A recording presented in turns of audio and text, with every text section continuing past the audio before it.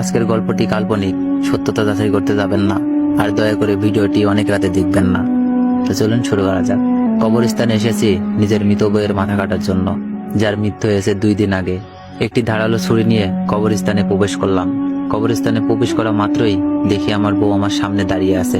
মুহূর্তে শরীরের লোম দাঁড়িয়ে গেল, কারণ একটি মৃত ব্যক্তি কিভাবে দাঁড়িয়ে থাকে। জিজ্ঞেস করলাম, কি ব্যাপার আয়েশা, তুমি মারা যাওনি? তোমাকে 2 দিন আগে না কবর দিলাম? সে আমাকে বলল, আমার মাথা কাটার জন্য এসেছো তাই না? হ্যাঁ, তোমার মাথাটি আমার লাগবে। প্লিজ এমন করিও না আশিক, আমি তো তোমারই বউ, তাই না?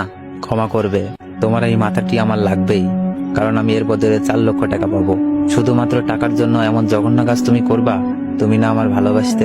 হ্যাঁ, তোমাকে আমি মৃত্যুর আগে ভালোবাসতাম, কিন্তু এখন না। আমার কাজটি আমাকে করতে দাও বলতেছি।